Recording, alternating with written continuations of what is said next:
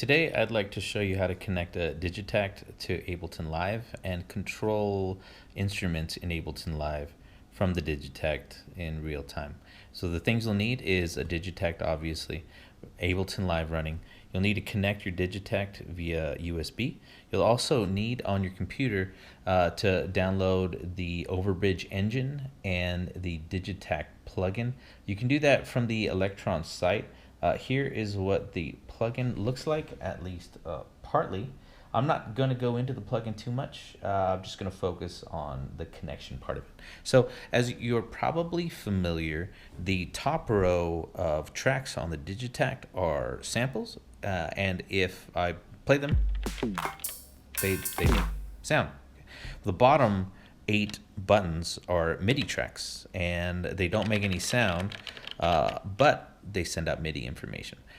Before we get into that, there's a couple things. I'm going to select a pattern, and then I'm going to go to the settings page, and I want to make sure that my system is set up for Overbridge, not USB MIDI. You just click on that and press yes. So I have a track with the Digitakt app already loaded onto it. Then I have another track, and I've set it to listen on MIDI channel 1 only. That's all I'm going to use on track 9, my MIDI track that I'm going to use. I go to the source page, and then you see these boxes with X's in them. This is the channel box in the upper left, and it has an X because it's not enabled. So to enable it, I hold down the function button, and then I push down on the encoder. Now it shows a number. It's enabled, and so I can change this encoder all the way up to 16 if I wanted to. So channels 1 through 16, MIDI channels. I'm going to listen on channel 1 because we already stated that we have set this bass track to listen on channel 1. We don't have to set up a channel for the Digitakt app. It just listens automatically as long as we have Overbridge configured. So what do we have to do next? Let's go to the MIDI track, and then let's make some sounds. I need to go to the MIDI track right here. So I may have glossed over this, I apologize, but if you want to bring up a keyboard, this is a keyboard shape, you hold down function and then tap track. Now it's off if I hold down function. So I can still make a sound because if I press on the track 9, but I can't play any other notes. So I hold down function, press track.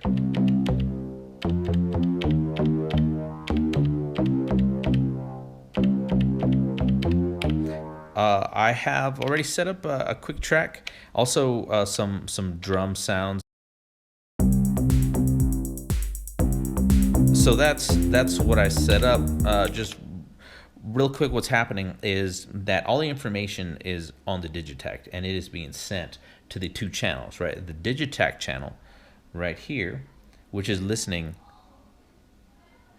on which is listening to these top rows, and then the MIDI channels right here, which we've set up to send information from this track 9 over MIDI channel 1 to this channel right here, which is listening on channel 1. So we're good. Now we're sending out information. But how do we have some more fun, okay? Because that's really what this is all about. So wouldn't it be cool if we could take these macros and control them from the Digitakt? And that's exactly what we're going to do. If we go back, as long as we're on the right channel, if we go to the filter page, we see a bunch of macros with X's on them because they're not enabled. And so to enable them, we hold the function key down and push down on them.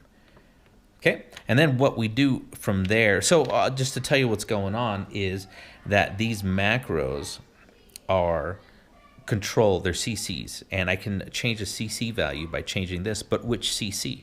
Well, if I go to the amp page, we'll see exactly this control 1, 2, 3, 4, all the way to 8.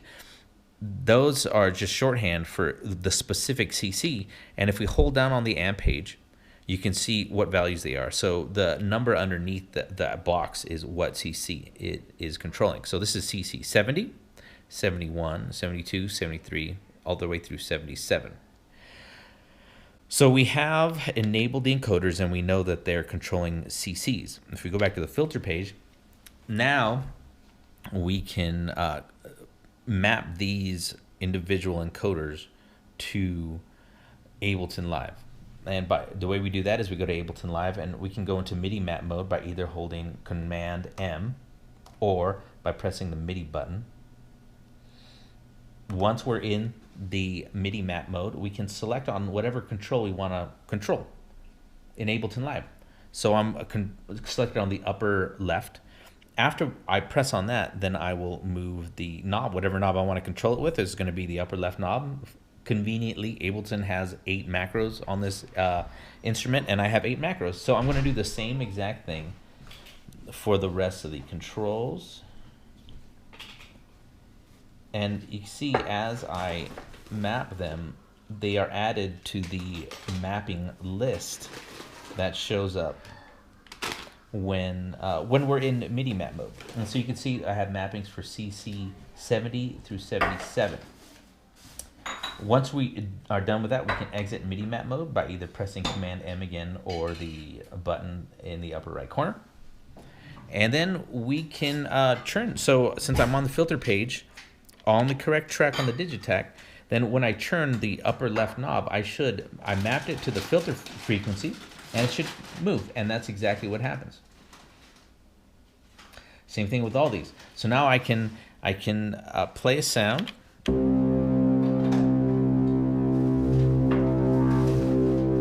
And then I can control the macro.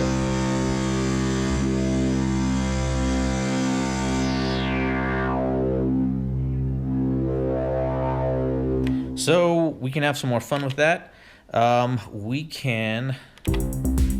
So these yellow trigs in the trig screen, or in the trig mode, are trigless trigs, I guess. I'm probably calling something wrong, but the red ones are notes, and they'll play notes, and they have information. The yellow ones also have information, but they won't play in notes. And so what I've done is I've recorded changes to the macro while I play, and even if there's no note, it'll still record that.